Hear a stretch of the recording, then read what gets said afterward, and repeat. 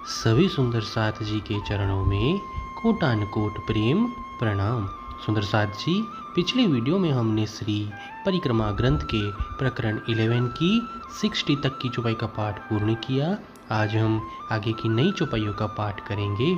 सुंदर साथ जी, अगर आपको यह वीडियो अच्छा लगे तो प्लीज़ लाइक करें और जो भी सुंदर साथ आपके साथ जुड़े हुए हों उन सबको भी यह वीडियो अवश्य शेयर करें। सुंदर साथ जी, जिन्होंने अब तक हमारे इस चैनल को सब्सक्राइब नहीं किया वे प्लीज़ इस चैनल को सब्सक्राइब कर दें ताकि आने वाले नई वीडियो का नोटिफिकेशन आपको तुरंत मिल जाए।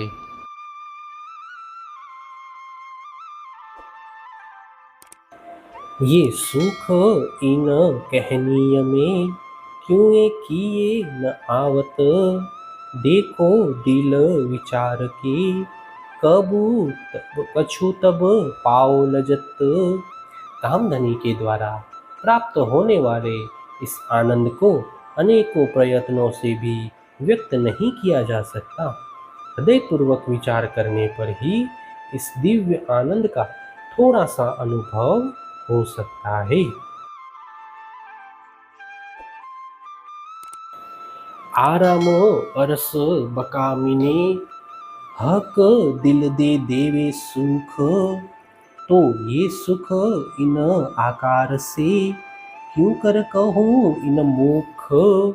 श्री राज जी अखंड परम धाम में अपने हृदय का असीम आदान प्रदान करते हैं। इन अखंड सुखों का वर्णन लौकिक तन की जीवा के द्वारा कैसे हो सकता है। ठोर बका अरस कहया और खावंद नूर जमाल। इन दरगाह रूहों के सुख क्यों कहूँ फेल हाल। परमधाम स्वयं अखंड भूमिका है और उसके स्वामी अक्षरातीत धाम धनी हैं। ऐसे दिव्य धाम की परब्रह्म आत्माओं का व्यवहार एवं मनस्थिति का वर्णन कैसे किया जा सकता है। ये सुख रूह कछु जानही पर कहनी में आवत नाहे। ख्वाब वजूद की अकले क्यों कर आवे जुबाएं। इन सुखों का अल्प वृक्ष अनुभव भी आत्मा ही कर सकती है। वाणी के द्वारा वे व्यक्त नहीं हो सकते हैं। स्वप्नवत जगत के वन तन और बुद्धि द्वारा इनको जिह्वा तक लाना संभव ही नहीं है। अरस अजीम का खावंद रमुज करे दिल देय। अपने अरस अरवा हो सो क्यों कहे जुबा इन देह। दिव्य परमधाम के स्वामी परब्रह्म परमात्मा अपनी आत्माओं के साथ स्वयं हृदय पूर्वक वार्तालाप करते हैं। उसका वर्णन नश्वर देह की जिह्वा के द्वारा नहीं हो सकता है। क्यों कहूँ सुख हासिय का वास्ते हासी किए फरामोश। फिर उठावे हासिय को वह टलत नहीं बेहोश। उस हास्य विनोद के सुख का वर्णन भी कैसे हो सकता है जिस हंसी के लिए ही धामधनी ने ब्रह्म रूपी नींद का यह आवरण बना डाला है। वस्तुतः हंसी रोकने के लिए ही धामधनी सतगुरु के रूप में हमें वारंवार जागरूक करना चाहते हैं, तथापि हमारी ब्रह्म रूपी निद्रा नहीं टूटती। आप फरामोशी देय के ऊपर से जगावत क्यों जागे बिना हुक्मे।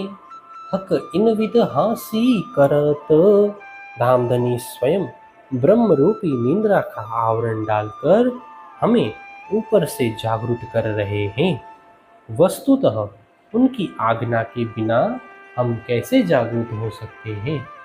इस प्रकार श्री राज जी हमारे साथ उपहास कर रहे हैं। ए हाँसी फरामोशी की, होसी बड़ो विलास, जागे पीछे आनंद को, अंग नमावत हास।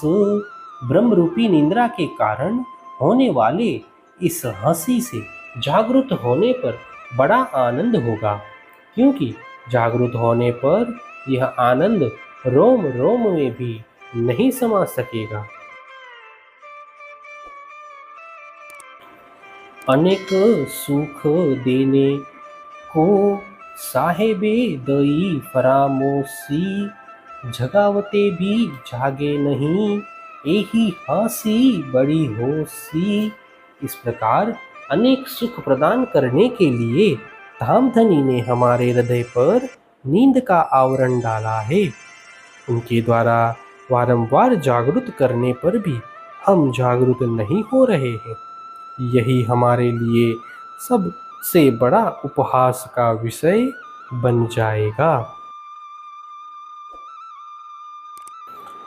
अनेक सुख दिए अरस में, सुख फरामोशी नाही कब, हंस हंस गिर गिर पड़सी, ये सुख ऐसा दिखाया अब। धामधनी ने हमें परम धाम में अनेक प्रकार के सुख प्रदान किए, किंतु ब्रह्म रूपी निंद्रा का सुख कभी भी नहीं दिया था। उन्होंने अभी ऐसा सुख दिखाया है जिससे हम हंसते हुए स्वयं ही लोटपोट हो जाएंगी। हे सुंदर साथ जी, इसी के साथ श्री परिक्रमा ग्रंथ के प्रकरण 11 की 70 तक की चौपाई का पाठ पूर्ण हुआ। आगे की चौपाइयों का पाठ हम नेक्स्ट वीडियो में करेंगे। सुंदर साथ जी, अगर आपको यह वीडियो अच्छा लगा तो प्लीज़ लाइक, शेयर और सब्सक्राइब अवश्य कर दें। प्रणाम जी।